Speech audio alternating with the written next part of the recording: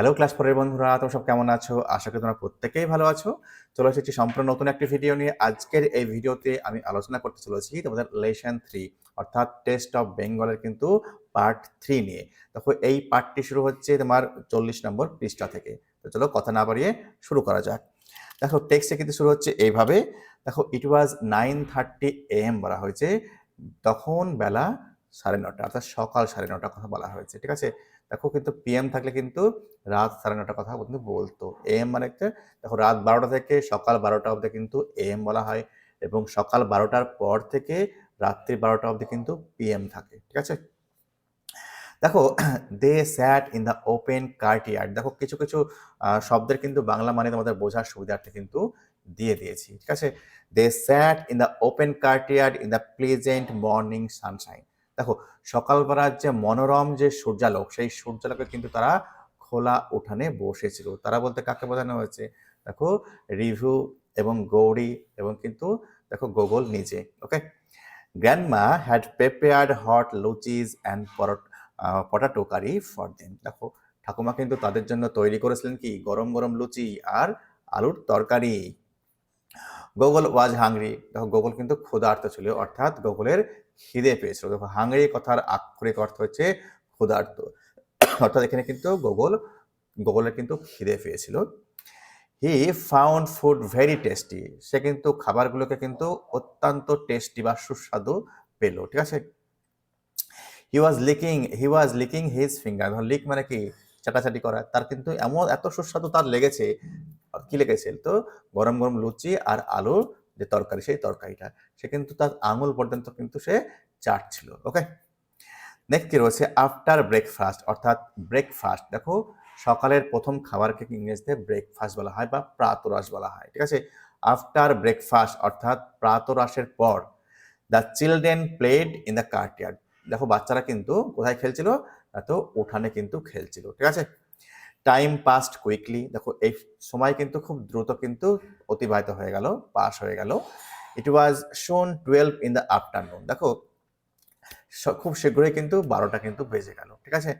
Grandma was cooking lunch. দেখো grandma কিন্তু দেখো দুপুরের খাবার কিন্তু তৈরি করছিলেন। দেখো গৌরী টোল্ড হার বলতে এখানে কিন্তু গ্র্যান্ডমার কথা বলা হয়েছে। গৌরী ঠাকুমাকে বললেন that Gogol did not like Bengali food. Gogol কিন্তু বাঙালি খাবার কিন্তু পছন্দ করে না। Grandma smile. এই কথা শুনে গ্র্যান্ডমা কিন্তু কি করলেন না তো একটু হাসলেন। She took all of them into the kitchen. সে কিন্তু নিয়ে গেল প্রত্যেককে, সবাইকে বলতে এই যে কাজিনসরা রয়েছে গোগল এবং গোগলের যে কাজিনস রিভিউ এবং গৌরীর কথা বলা হয়েছে, সবাইকে কিন্তু রান্নাঘরে নিয়ে গেলেন। কিচেন কথার অর্থ রান্নাঘর। Gogol could see now the actual process of Bengali cooking. দেখো গোগল কিন্তু এখন দেখতে পাচ্ছিল যে ভারতের যে তোমার বাংলার কিভাবে কিন্তু রান্না করা হয় তার কিন্তু আসল পদ্ধতি। দেখো প্রসেস মানে হচ্ছে পদ্ধতি, আর বেঙ্গলি কুকিং মানে কি বাংলার রন্ধন পদ্ধতি। ঠিক আছে? He felt a new interest in Bengali food. তার কিন্তু একটা আগ্রহ জন্মালো, নতুন একটা আগ্রহ জন্মালো বাঙালি খাবার সম্পর্কে। He ate a hearty lunch of rice and rui curry. দেখো হার্টি বলতে এখানে তৃপ্ত সহকারে সে কিন্তু ভাত এবং রুই মাছের তরকারি কিন্তু তৃপ্তি সহকারে কিন্তু খেলো। ঠিক আছে? দেখো then there were rasgullas and sweet curd. তারপরে কিন্তু এই খাবার খাওয়ার পরে কিন্তু রসগোল্লাও ছিল এবং মিষ্টি দইও ছিল। কার্ড মানে হচ্ছে দই, আর সুইট কথার অর্থ হচ্ছে মিষ্টি। তাহলে সুইট কার্ডের কথার অর্থ হচ্ছে মিষ্টি দই। ঠিক আছে? In the evening the children sat around grandma. দেখো সন্ধ্যাবেলায় বাচ্চারা বা ছেলেরা কি করছিল না, ছেলেমেয়েরা গ্র্যান্ডমার কিন্তু চারিপাশে কিন্তু বসেছিল অ্যান্ড হার্ড স্টোরিজ, এবং ঠাকুমার কাছ থেকে তারা কিন্তু গল্প শুনলো। গোগল এনজয়েড কি দেখো ইটিং পেঁয়াজিজ। গোগল কিন্তু পেঁয়াজি কিন্তু উপভোগ করলো। ঠিক আছে? দেখো পেঁয়াজিটা কি? অনিয়ন পকোড়াজ আ ফেভারিট, কি বলছে ফেভারিট বেঙ্গলি স্ন্যাক্স। স্ন্যাক্স বলতে জলখাবার। দেখো প্রিয় বাঙালি যে জলখাবার যেটা কিনা পেঁয়াজি, কিন্তু সেটা কি অনিয়ন পাকোড়া বলতে পারো, সেই খাবারটা কিন্তু গোগল কিন্তু উপভোগ করলো। ঠিক আছে? চলো পরের পোর্শনটা দেখে নেওয়া যাক। দেখো পরের যে পার্ট টেক্সটে, সেই টেক্সটে শুরু হচ্ছে এইভাবে। দেখো দ্য ফ্যামিলি বলতে এখানে family here stands for family member. পরিবার এখানে কিন্তু পরিবারের সদস্যদেরকে বোঝানো হয়েছে। Family return to Kolkata in the evening, দেখো পরিবারের সদস্যরা কিন্তু কলকাতাতে ফিরে আসলেন সন্ধ্যাবেলায়, ইভিনিং, ঠিক আছে। দেখো ইভিনিং এর আগে কিন্তু প্রিপোজিশন ইন বসে, কিন্তু নাইটের আগে কিন্তু অ্যাড বসে, ঠিক আছে। দেখো এই ঠিক সিমিলার ভাবে কিন্তু মর্নিং এর আগে কিন্তু প্রিপোজিশন ইন বসে, ওকে। দেখো it had been an unforgettable day for Google, দেখো এটা কিন্তু একটা অবিস্মরণীয় দিন, অর্থাৎ যে দিনটাকে কখনোই ভোলা যাবে না, ঠিক আছে। এই রকম দিন কিন্তু গুগলের জন্য কিন্তু ছিল। He has realised one important thing about Bengali food, দেখো বাংলার যে খাবার, সেই খাবার সম্পর্কে গুগল কিন্তু একটা জিনিস উপলব্ধি করলো। কোন জিনিস? দ্য টেস্ট অফ বেঙ্গল, অর্থাৎ বাংলার যে স্বাদ, দেখো টেস্ট মানে স্বাদ, is closely related with love and care, দেখো বাংলার স্বাদটা কিন্তু দেখো ঘনিষ্ঠভাবে সম্পর্কিত কিসের সঙ্গে? ভালোবাসা এবং যত্ন, ঠিক আছে। এই হচ্ছে লাইন বাই লাইন পার্ট, আশা করি আমাদের বুঝতে সমস্যা হয়নি। চলো এই যে টেক্সটের এগেনস্টে যে সমস্ত প্রশ্নগুলি রয়েছে আমরা কিন্তু এক এক করে উত্তর জেনে নেব। দেখো অ্যাক্টিভিটি 5 এর দিকে খেয়াল করো। দেখো অ্যাক্টিভিটি 5 কি রয়েছে? কলাম এর সাথে কলাম বি এর কিন্তু ম্যাচিং করতে দেওয়া হয়েছে। গ্র্যান্ডমা ঠাকুমা had prepared hot luchis and potato curry, কি বলছে? গ্র্যান্ডমা কিন্তু তৈরি করেছিল গরম গরম লুচি এবং আলুর তরকারি। কারি কথার অর্থ হচ্ছে তরকারি, ঠিক আছে। গুগল দেখো 2 নম্বর, ফাউন্ড ফুড ভেরি টেস্টি, গুগলে কিন্তু খাবারটা কিন্তু অত্যন্ত সুস্বাদু মনে হয়েছিল। টেস্টি কথার মানে হচ্ছে সুস্বাদু, ঠিক আছে। জিভে একদম জল চলে আসবে, মাউথ ওয়াটারিং একদম বলতে পারো, ঠিক আছে। Next, the children heard stories told by grandma, দেখো পরবর্তী ক্ষেত্রে বাচ্চারা কিন্তু সন্ধ্যাবেলা আমরা টেক্সটে পড়লাম যে গ্র্যান্ডমা কর্তৃক কিন্তু গল্প শুনেছিল, তাই তো। নেক্সট, ফ্যামিলি, ফ্যামিলি বলতে পরিবারের সদস্যদেরকে বলা হয়েছে return to Kolkata in the evening, দেখো পরিবারের সকল সদস্যরা কলকাতাতে সন্ধ্যাবেলায় ফিরে আসলেন, তাই তো। এবার দেখে নেব অ্যাক্টিভিটি 6, দেখো অ্যাক্টিভিটি 6 কিন্তু বেশ কিছু প্রশ্ন রয়েছে, চলো এক এক করে জেনে নেব। What did the children do after having breakfast, দেখো ব্রেকফাস্ট অর্থাৎ প্রাতরাশ খাওয়ার পরে ছেলেমেয়েরা কি করেছিল, ঠিক আছে। দেখো আফটার হ্যাভিং ব্রেকফাস্ট অর্থাৎ ব্রেকফাস্ট খাওয়ার পর বা প্রাতরাশ খাওয়ার পর the children played in the courtyard, দেখো ছেলেমেয়েরা কিন্তু উঠানেই কিন্তু খেলা করেছিলেন, তাই তো। নেক্সট সেকেন্ড অর্থাৎ বি নাম্বার কোশ্চেন চলে যাব। What did Gogol have for lunch, দেখো লাঞ্চে গুগল কি খেয়েছিল, অর্থাৎ দুপুরের খাবার গুগল কি খেয়েছিল। দেখো কি বলছে, গুগল দেখো had rice and rui curry for lunch, Google কিন্তু দুপুরের খাবার হিসেবে দেখো ভাত এবং রুই মাছের তরকারি কিন্তু খেয়েছিল, ঠিক আছে। চলো সি নম্বরের প্রশ্ন দেখে নেব। সি নম্বরে কি হচ্ছে, how did children enjoy the evening, ছেলেমেয়েরা সন্ধ্যাবেলাটা কিভাবে উপভোগ করেছিল।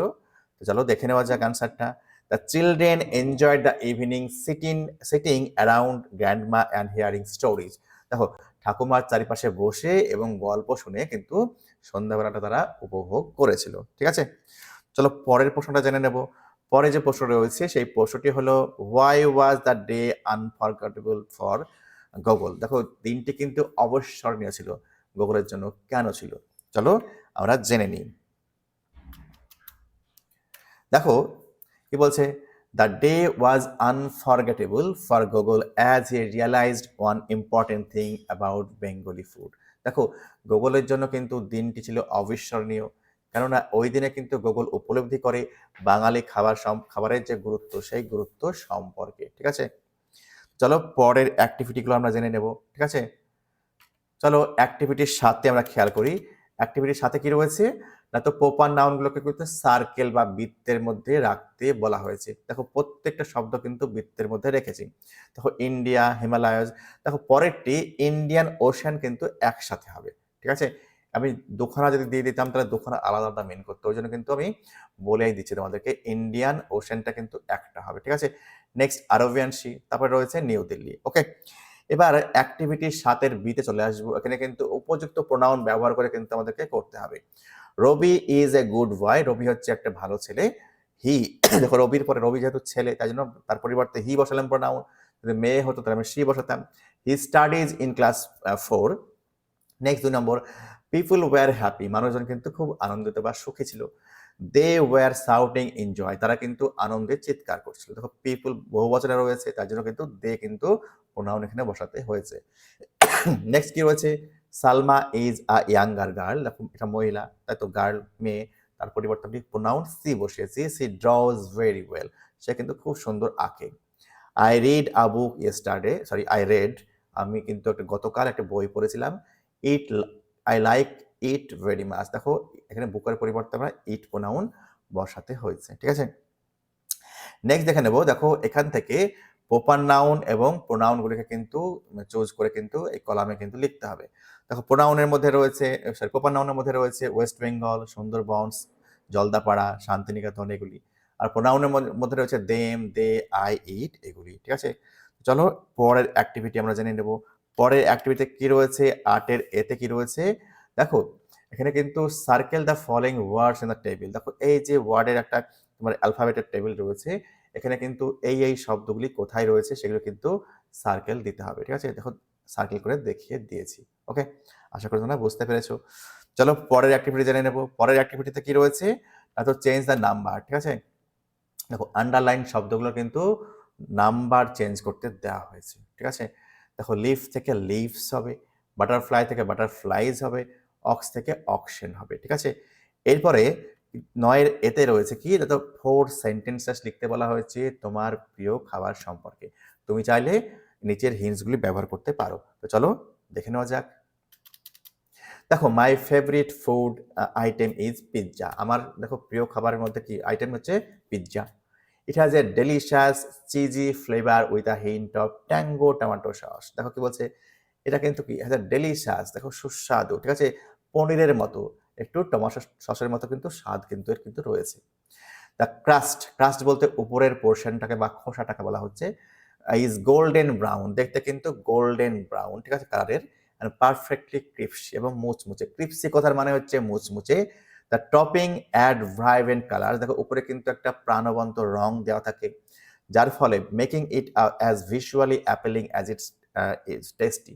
দেখো স্বাদের পাশাপাশি কিন্তু দেখতেও কিন্তু খুব সুন্দর লাগে, ঠিক আছে। আশা করি বোঝা গিয়েছে। চলো 9 বি আমরা দেখে নেব। 9 বিতে কি রয়েছে, মনে করো suppose you live in a beautiful village, মনে করো তুমি কোনো একটা সুন্দর একটা গ্রামে বসবাস করো। Describe the village and it's surrounding in 4 sentences. দেখো 4টে বাক্যের মধ্যে এই ভিলেজটাকে ডেসক্রাইব করে এবং তার চারপাশে সংলগ্ন এরিয়াকে ডেসক্রাইব করে লিখতে বলা হয়েছে। তুমি চাইলে কিন্তু নিচের হিন্টসগুলি ব্যবহার করতে পারো। Name of the village, natural beauty, তোমার around simple and peaceful life, এইগুলো সম্পর্কে লিখতেই হবে। চলো দেখে নেওয়া যাক। দেখো I live in a small but a beautiful place named Rukanpur. দেখো আমি একটা ছোট্ট কিন্তু সুন্দর গ্রামে বসবাস করি যার নাম হচ্ছে Rukanpur. It is surrounded by green fields and tall trees. দেখো এই গ্রামের চারিপাশে দেখো সবুজ ক্ষেত রয়েছে এবং বড় বড় গাছ রয়েছে। দ্য এয়ার ইজ ফ্রেশ, দেখো বাতাস কিন্তু একদম সতেজ, ঠিক আছে। দেয়ার আর কালারফুল ফ্লাওয়ার্স ব্লুমিং এভরিহোয়ার, দেখো রঙিন ফুল চারিদিকে কিন্তু ফুটে রয়েছে।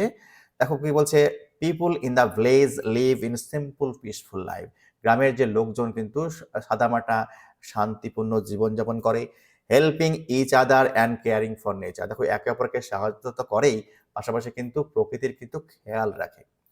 ইট ইজ আ হ্যাপি প্লেস, এটা কিন্তু খুব আনন্দের একটা জায়গা। Where everyone enjoys the quiet and beautiful surrounding. দেখো এটা একটা আনন্দের জায়গা যেখানে কিন্তু প্রত্যেক মানুষই কিন্তু দেখো শান্ত সৌন্দর্যময় যে সারাউন্ডিং সেটা কিন্তু উপভোগ করে, ঠিক আছে। এই হচ্ছে পার্ট 3-র প্রশ্ন এবং উত্তর পর্ব। আশা করি তোমাদের ভিডিওটি ভালো লেগেছে। যদি ভিডিওটি ভালো লেগে থাকে একটি লাইক দিও। যদি তুমি চ্যানেলে নতুন হয়ে থাকো তাহলে সাবস্ক্রাইব করে অবশ্যই আমার পাশে থেকো। তোমরা সাবস্ক্রাইব করলে কিন্তু নতুন ভিডিও নিয়ে আসা কিন্তু আমি মোটিভেশন পাই, ঠিক আছে। আমাকে মোটিভেট করার জন্য তোমরা কিন্তু অবশ্যই আমার চ্যানেলটা সাবস্ক্রাইব করে নিও। আর খুব শীঘ্রই কিন্তু তোমাদের যে পরের যে ভিডিও সেই ভিডিও কিন্তু নিয়ে হাজির হচ্ছি।